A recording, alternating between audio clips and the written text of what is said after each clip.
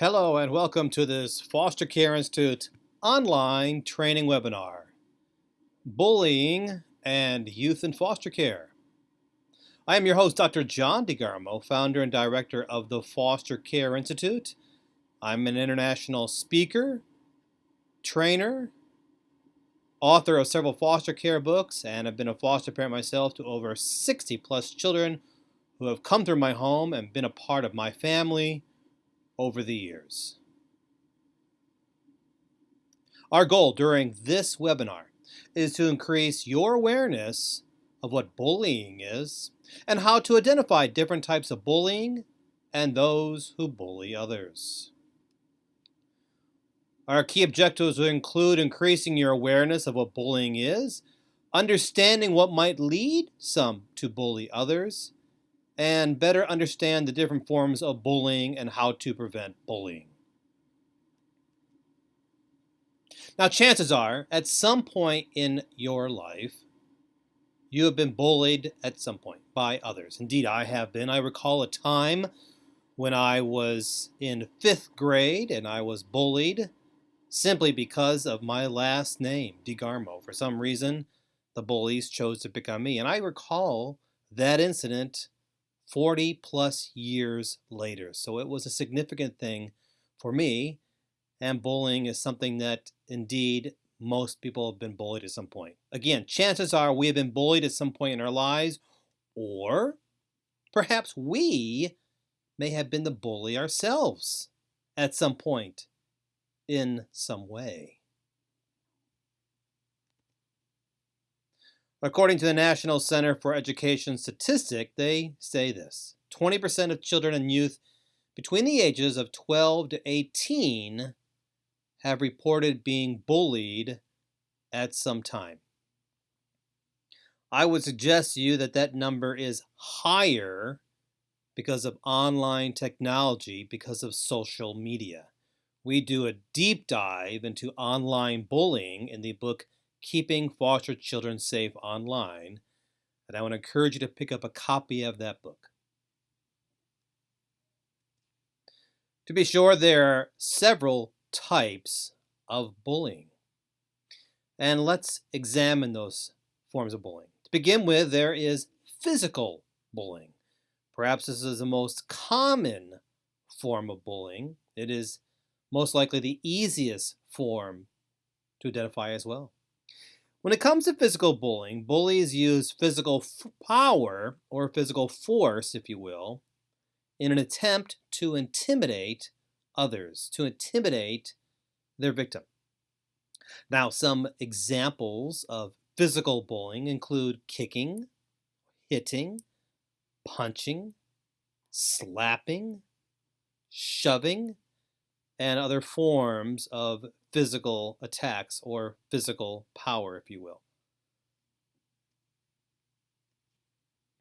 Verbal bullying is when bullies use words, the power of words, statements, insults, and even name-calling to intimidate their victims.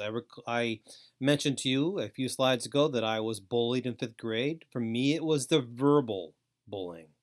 Now, this is more difficult to identify, though it is quite common. More difficult to identify than, say, physical bullying. There is the old adage, the old saying, perhaps you're familiar with it: sticks and stones may break my bones, but names will never hurt me. You and I both know this is a lie. Verbal bullying is a type of bullying that can stay with somebody for perhaps the rest of their life.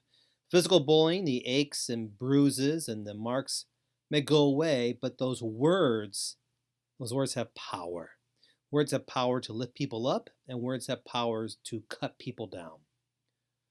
Again, verbal bullying is forms of words, statements, insults, and name-calling.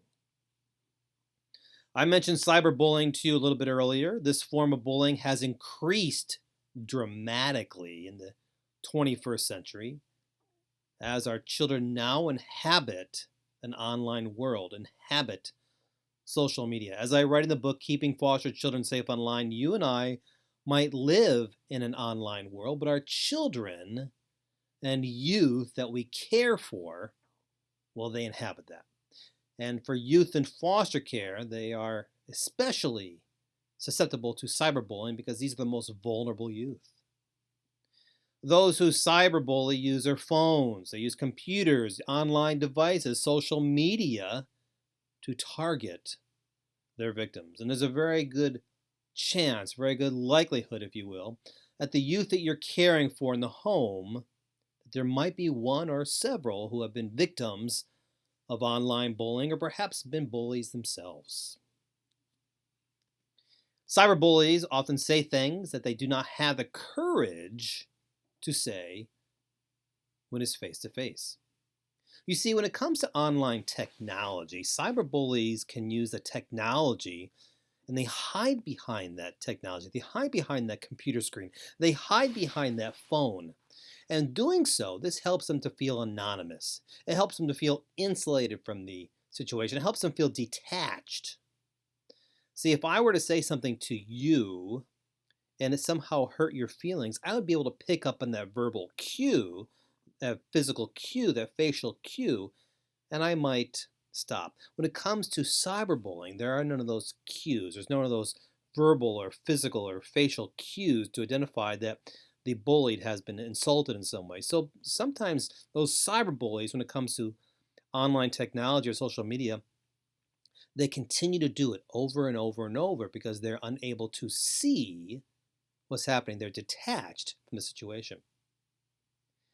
Cyberbullying can be something that's 24 hours a day because a bully can get to them anytime, anywhere when it comes to social media, online technology, many times in the safety of the person's own home. Now, physical bullying might occur at an environment, and then when the victim gets home, it ceases. But when it comes to cyberbullying, again, it's something that can happen 24 hours a day. Some examples of cyberbullying include posting hurtful images, making online threats, sending hurtful emails or texts, and even stalking others online. Next, we have prejudicial bullying. Prejudicial bullying is often based upon prejudices of race, of the victim's religion, perhaps their sexual orientation. Sexual bullying is when the bully targets their victims through repeated harmful, humiliating actions in a sexual fashion. And examples include the following: sexual name calling, crude comments, vulgar gestures, uninvited touching, sexual propositioning, pornographic materials. Sexual bullying may lead to sexting. And as I have written in the book, Keeping Foster Children Safe Online, I believe sexting is today's form of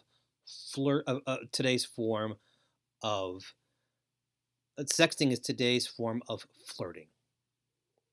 Sexting examples include a message or post written with sexual language, nude or semi-nude photos or videos. Other examples include photos or videos of sexual acts, live chats with somebody on a webcam involving sexual acts.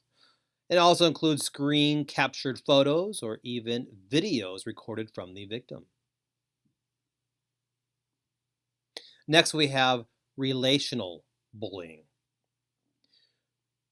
When it comes to relational bullying, the bully targets their victim that they know in an attempt to sabotage, if you will, their social standing, their standing with their peers or with other people.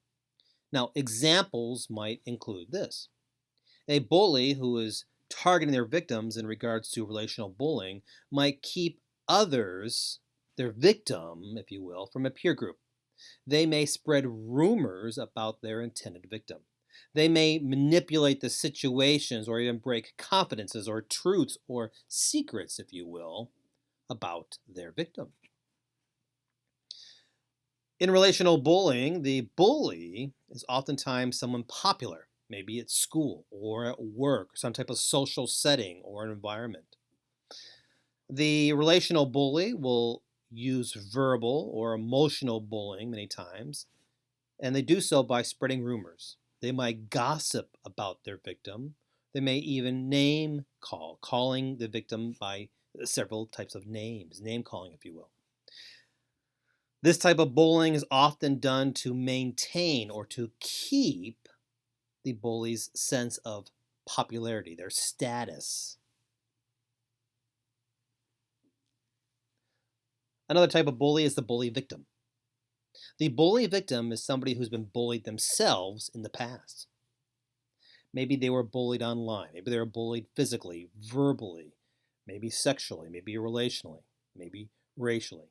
They bully their victim in an attempt to feel better about themselves. They bully their victim in order to regain a sense of power, a sense of self-control in their life.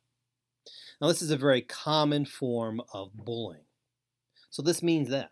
This means the bully victim has been bullied themselves, and they will, in response, go ahead and bully somebody else. These bullies, these bully victims, may come from a home of domestic violence. They may come from an environment of abuse or neglect.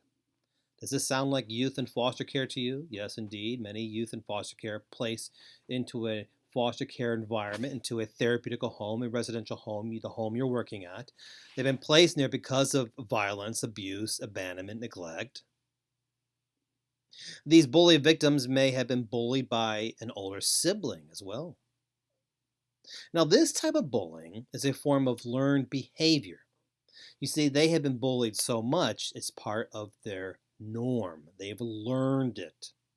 And these bully victims many times are loners. They're loners in social society, loners in social settings, loner in schools, loner at work. Next, we have group bullies. Now, when it comes to group bullies, the bully normally joins a group of others. And they do so in order to have a sense of pack mentality. Group bullies may act different when not in a group. The bully may act different even around the victim when they're not in their group setting. For those bullies that are in a group bully environment, they often do not feel responsible for their actions, do not feel responsible for bullying another person. They do not feel responsible for bullying their victim because, as they say, everybody else is doing it. Again, it's part of that pack mentality. The next type of bully is the indifferent bully. This type of bully often feels no empathy, no type of feelings, if you will, for their actions. They do not have any sense of guilt or conscience about their actions. Indeed, they may appear cold. They may appear unfeeling or unsympathetic about their bullying. They often have no remorse when it comes to bullying others. And that indifferent bully often finds enjoyment of watching others suffer. The popular bully is a type of bully who has a very, very large ego, very arrogant, very confident, and indeed condescending towards others. This may lead them to feel a sense of entitlement. This entitlement might lead them to bully others, if you will. The popular bully may have a group of followers, and this bully thrives on the attention of those so-called followers. Finally, the last type of bully is the serial bully. The serial bully is often found in popular circles, or often known as cliques. The serial bully is a bully who is very calculated, very systematic, very controlled in their bullying approach. They have given tremendous thought, and they are, again, systematic when it comes to bullying their victims.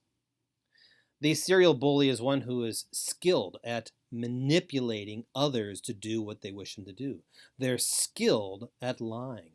And when they are around others, the serial bully often appears innocent.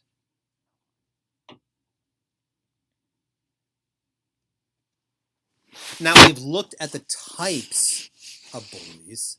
Let's look at the types of youth who are bullied.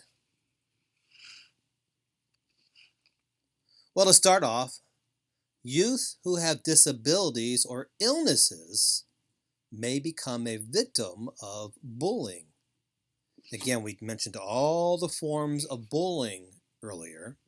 Those youth who have disability or illnesses might be a victim of one of those forms of bullying. Now, whether it's attention deficit hyperactivity disorder, food allergies, dyslexia, eating disorders, sleeping anxieties, whatever it might be, many other conditions, bullies may target these youth and make jokes about their conditions.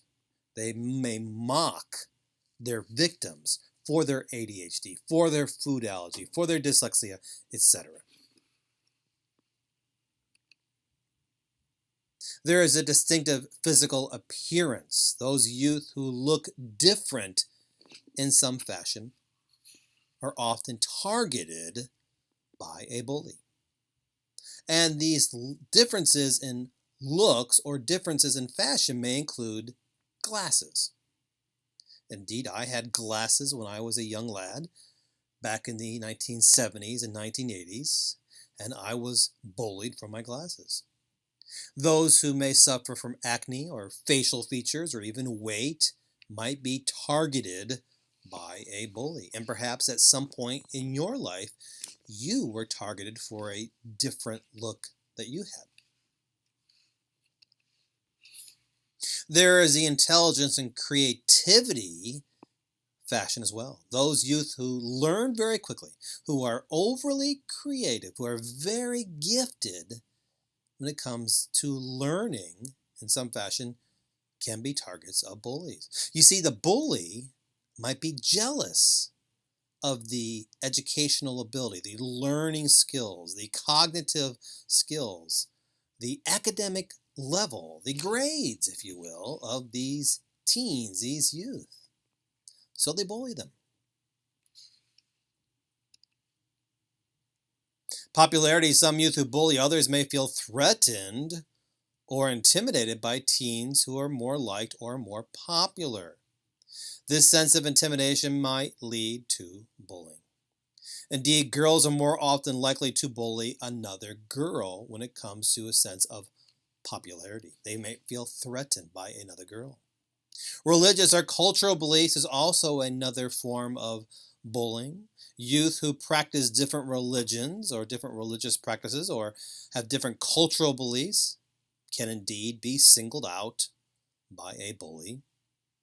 Perhaps there are some youth that you work with, some youth that live in the home where you're working at who have different religious practices or cultural beliefs. These might be victims of bullying.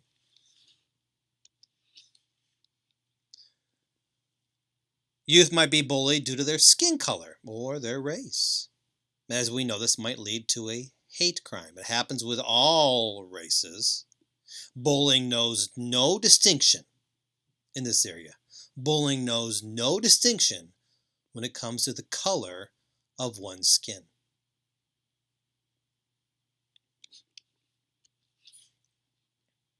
Now, those teens who are successful, those teens who have been given acclaim, if you will, those teens and youth who might have succeeded in academics, succeeded in athletics, succeeded in arts, well, they might be targeted for their success. The bully might be jealous of another teen's success. They might be jealous of their academic grades or their prowess or skills on the athletic field.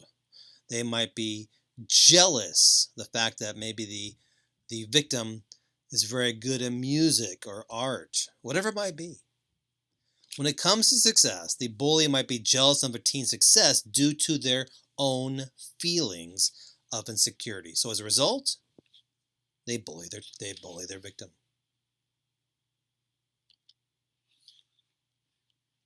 Those youth who identify in a different sexual orientation as gay or another sexual orientation are often bullied by their peers. As we know, this can lead to a hate crime. Now, for whatever reason the teen is being bullied, it is important, it is imperative, it is essential that you remind the victim that in no way, at no time, are they at fault. Let me say this again. Whatever the reason behind a teen being bullied, it is imperative and essential that the teen being bullied be reminded that they are in no way at fault. You need to let the victim know it is not their fault at any time, in any way. The victim should be reminded that they do not have to change who they are in order to stop the bullying, in order to placate, if you will, the bully. Whatever the reason behind a teen being bullied, they need to be reminded that they are just fine. Indeed, they are perfect as they are. There is nothing wrong with them. And they need to hear this from you. If you are working with a teen, if there's a teen in the home that you're working with, you need to let them know that they are not at fault if they're being bullied. Now, when it comes to foster care, youth in foster care may be even more susceptible to bullying by their peers. And let's examine why. To begin with, early exposure to trauma and anxiety, and many youth in foster care are exposed to trauma and anxiety, may lead to feelings of low self-esteem. Those youth who have experienced trauma, abuse, anxiety in their life may have poor social skills, may be even shy. They may have withdrawn. Along with this, those youth who move from one school to the next, from one home to the next, from one placement to the next, known as multiple displacement, are also often more vulnerable to bullying. So if there's a youth that you're working with, if there's a teen in the home that you're working at, has gone from one home to the next home to the next home, from one foster care placement to the next over several months, several years, most likely they are even more vulnerable to bullying. Low self-esteem, poor social skills, they've withdrawn. Some of these traumatic experiences may include drugs or alcohol in the family, neglect, abandonment, imprisonment of family member. Those teens who have suffered from post-traumatic stress disorder and anxiety disorder occurring after someone has experienced or witnessed an extreme traumatic event, those youth in foster care who have PTSD are often victims of bullying. And other traumas and disorders that might lead to bullying when it comes to youth in foster care include depression, adjustment disorder, attention deficit hyperactivity disorder, acute stress disorder, obsessive compulsive disorder, eating disorder. For more information about these disorders and trauma, check out the book, The Foster Care Survival Guide, where we do a deep examination on each of these. So we've examined the forms of bullying. We've examined why youth might be bullied. We've looked at why youth in foster care are more susceptible to being bullied. Now let's look at some of the signs of bullying. What does bullying look like when it comes to youth in foster care? It's important for us to know, to recognize what those signs are. Those youth who don't wish to go to school might be a sign they're being bullied. Youth pretending to be sick could be a sign of being bullied. Those youth who pretend to have their items stolen or who claim to have lost items, perhaps they are victims of bullying. Sudden drop in school performances, sudden drop in grades could be an indication that the youth or teen is being bullied. When a teen is embarrassed about being bullied, it could be an indication that they have been bullied at school or perhaps someplace else. Those teens who are afraid of retribution could be a sign of being bullied. If somebody is embarrassed to rat out, if you will, or report an incident of bullying, this could be an indication that they themselves have been bullied. Those teens who appear overly anxious, or those teens who are always coming up with excuses, these are signs that perhaps they have been bullied. Teens who have unexplained injuries, unexplained bruises, and unexplained marks could be an indication that indeed they have been bullied. Those teens who have a decrease in self-esteem or who lack friends could be a sign, perhaps, that they have been bullied. Youth that you're working with who have issues getting to sleep every night could perhaps be a sign of being bullied. Teens who lie about school or grades, personal injuries, friendships, whatever it might be, if they're always lying about something, could be indication, perhaps, that they've been bullied in some way, in some fashion. If a teen is always complaining about reoccurring aches and pains, this could be an indication of being bullied. Self-destructive behavior and change in eating habits are also signs, perhaps, that the teen has been bullied in some way. If you're working with teens who practice self-harm or threaten suicide, it could be an indication that they have been bullied. Now, I must stop here. If you're working with a teen and they have threatened suicide or they have practiced self-harm, you must immediately stop what you're doing and let your supervisor know and document properly. Those teens who are trying to run away could be a sign of being bullied. And for much more on running away, I encourage you to check out our training webinar here in the Foster Care Institute on running away. Teens who have torn clothing or have their personal items, their personal belongings damaged or even broken could be a sign, perhaps, that there's bullying going on. If you're working with teenagers who are avoiding social situations, who have a mood swing, sadness, depression, general fear, they could be victims of bullying.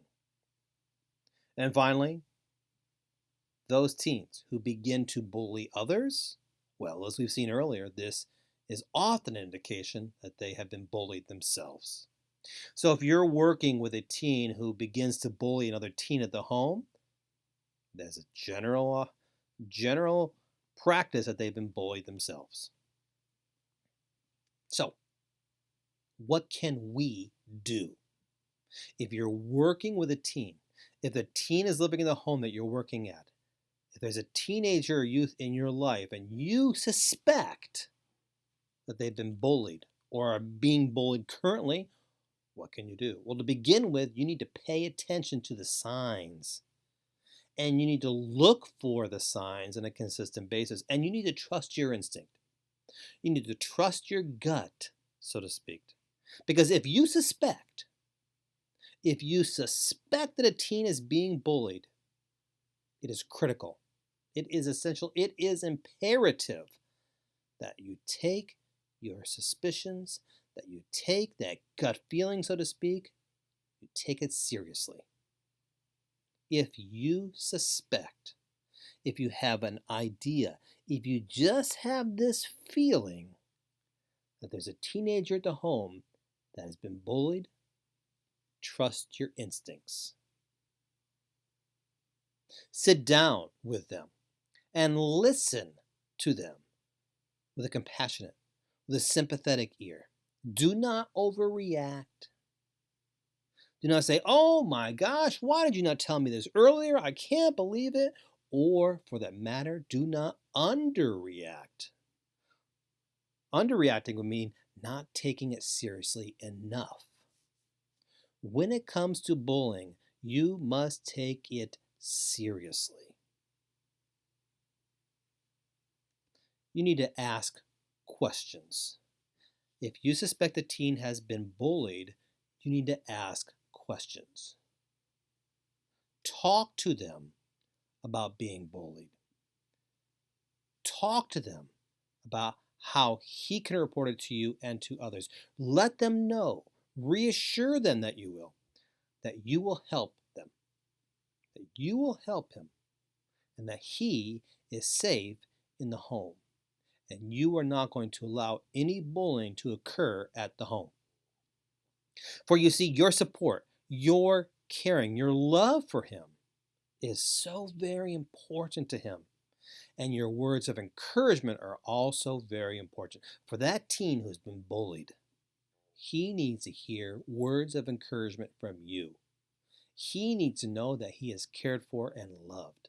He needs to hear how important he is, how special he is, how unique he is.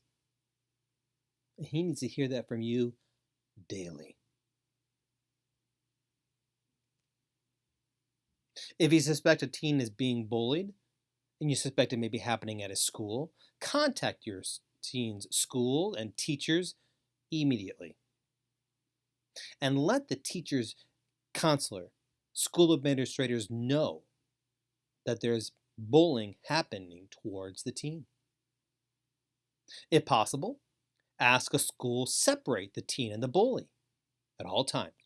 Classroom, cafeteria, at all times, all places, while in school. If a teen is being bullied at school, pick them up from school. Do not allow them to ride the bus home because perhaps the bullying is occurring on the school bus as well. Again, when it comes to bullying at a school, ask the school questions. Questions like this. Ask the school, what is the school doing to prevent and to stop the teen from being bullied while in the school? How can the school prevent the teen from being bullied in the hallway, between classes, when there are no teachers or supervisors around? What are teachers doing when a bullying occurs in the classroom? How can the teacher ensure that the teen is being included in the activities in the classroom and the school in general and not excluded? And if you feel it's necessary, ask if you can meet with the parents of the bully, of course, in an environment where there are school counselors, school administrators are there as well. This is not an attack on the parents. This is just discussion. Now, you can also help the teen by teaching them how to respond to the incidences of bullying. Talk to the teen and tell the teen to make direct eye contact with the bully. Look them directly in the eye. When the teen is being bullied, look the bully in the eye and yell no as loud as possible. Indeed, this is something that I would encourage you to do to practice with the teen. Spend time with the teen who's being bullied. Spend time with that victim practicing scenarios where they look the bully in the eye and yell no. For some, humor might help to deflect the situation. Perhaps the victim can somehow deflect the bullying by infusing humor into it. If a teen is being bullied, talk to the teen about walking away. Not retaliating, not bullying back, not hitting back, not yelling back, not using the same type of words, but instead sometimes walking away from the situation. Talk to the teen about staying around adults, other teachers, supervisors, caseworkers if it's happening in the residential home. If it's happening in school, the counselor, the school administrators. Encourage a teen to be around other adults when possible. And again, if the teen is riding the bus home, talk to the teen about sitting in front of the bus or near the front of the bus. We have looked at a great deal in this webinar. We have examined the many forms of bullying. We have examined why people might bully. We've examined the victims of bullying. We've examined why youth in foster care are susceptible to bullying, and we've looked at how to stop bullying. A great deal of information in this online training webinar. I would encourage you to watch this training webinar again, and perhaps even a third time or fourth. Watch it over and over again if you suspect a teen is being bullied. Now, your job is a difficult one. Your job is a challenging one. Your job is one that can be emotionally, physically, mentally exhausting. For some words of encouragement, for some words of inspiration, and even some daily tips about caring for youth in foster care, I encourage you to check out the book, The Little Book of Foster Care Wisdom. You can find that book and many other books here at the Foster Care Institute. Indeed, I mentioned to you earlier keeping foster children safe online. You can see that down in the left hand of this slide here. Second to the left in the bottom. We do a deep discussion, deep examination, if you will, on online bullying. And I encourage you to check out that bullying, because today's youth are being bullied in the world that they inhabit, and that is online technology and social media. And for those youth and teens in foster care, they are susceptible because they're so very vulnerable to this sort of bullying. For much more, check out the website drjohndegarmofostercare.com or the Foster Care Institute. Follow me on Facebook at Dr. John DeGarmo Foster Care Institute, at Twitter, Dr. John DeGarmo. If you have questions about this webinar or anything else I can help you with, please contact me at drjohndegarmo@gmail.com. I know how valuable your time is. I recognize how challenging and difficult your job is. I want to say thank you. I want to say thank you for caring for those teens and youth who are so vulnerable, those teens and youth who have been victims of neglect, abuse, abandonment, those teens and youth who have been victims of bullying. It is up to people like you to protect them. Thank you for doing so. Thank you for caring for youth in crisis. Thank you for lifting them up. Thank you for giving them encouragement. Thank you for caring for them, supporting them, and loving them. Thank you for all that you do. For the Foster Care Institute, I'm Dr. John DeGarmo.